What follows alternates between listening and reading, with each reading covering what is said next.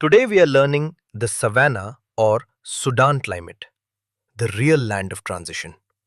Not rainforest, not desert, the buffer in between.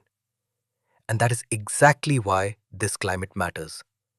It sits between two extremes, so everything here looks transitional. The seasons, the vegetation, the wildlife, even the way humans live.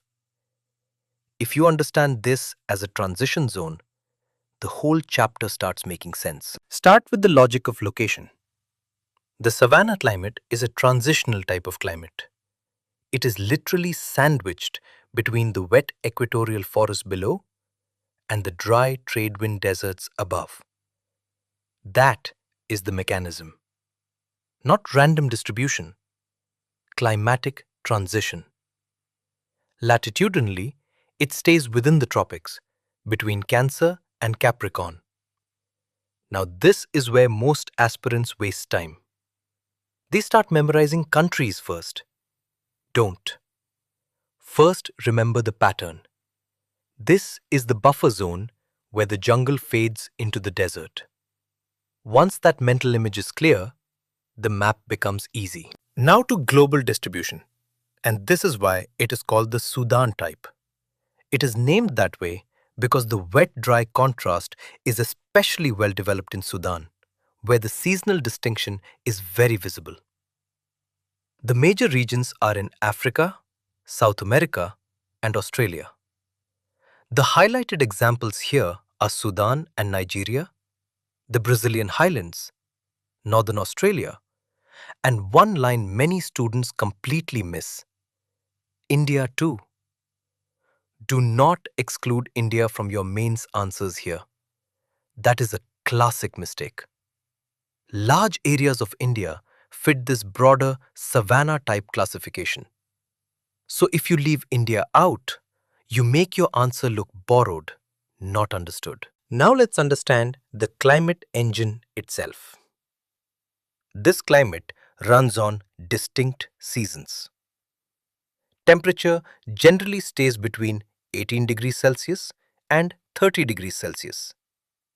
But the important detail is not just the average. It is the contrast inside the dry season. During the dry season, the daily temperature range becomes extreme. Hot days, cold nights. Rainfall is about 100 centimeters annually, which is clearly less than tropical monsoon rainfall. And it decreases poleward, away from the equator. Seasonally, in the northern hemisphere, the climate shows a hot and rainy summer and a cool and dry winter. That is the signature. So if you remember one line, remember this: wet summer, dry winter, and a sharper dry season than the monsoon climate. Now the wind that defines the dry season in West Africa, the harmattan. Its origin is the Sahara Desert, so it comes in dry and dust-laden. Its effect is interesting. Along the coast, it actually relieves the stifling humidity, which is why it gets the nickname the doctor. But do not romanticize it. This is where students lose marks by learning only the pleasant part. The harmattan is a double-edged sword. Yes, it improves comfort and health conditions by reducing humidity. But the dust also ruins crops, causes fires, and creates haze severe enough to stop river navigation. That balance is what the examiner expects, not one-sided description. Now look at the vegetation. The savanna is often described as bushveld or parkland. That word matters because this is not just grassland. Trees are always present. They are generally deciduous, meaning they shed leaves in the cool, dry season. And the dominant grass is elephant grass. It grows 6 to 12 feet tall, usually in tufts, stays dormant in the dry season, and then springs up again with the rains. There is also a clear gradient here. As rainfall decreases toward the desert, trees reduce in both height and density. so the landscape becomes more open as you move away from the wetter side. Now the flora adaptations. These plants are not surviving in comfort. They are built for stress. The first strategy is deciduous behavior.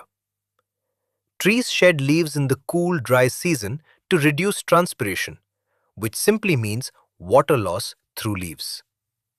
The second is the storage strategy. Some trees develop broad trunks that act like natural water tanks during prolonged drought. And the third line is below everything else: deep roots. They go searching far down for the water table. That is how savanna vegetation survives long dry periods. Conserve, store, and reach deeper. Now we come to the most visually famous part: big game country. The ecological logic is simple and powerful. First, abundant grass. That supports herbivores, especially ungulates, meaning hoofed mammals. And that, in turn, supports carnivores. That is why the savanna becomes home to some of the world's richest wildlife systems. The biodiversity note is important. It holds one of the greatest diversities of ungulates in the world. And the open landscape matters too. It makes the region ideal for predation because visibility is high. And that is also why it is so famous in wildlife filming. Now, human life. This climate supports two very different ways of living, depending mainly on water security and tradition. One is the pastoralist mode, represented here by the Maasai of the East African plateau. For them, cattle are wealth, and the lifestyle is migratory. The other is the cultivator mode, represented here by the Hausa in Nigeria. That is a more settled, agriculture-based life. This contrast matters because it tells you something bigger. The savanna does not force one uniform culture. It supports both pastoralism and settled farming depending on how stable water access is. Now the soil paradox.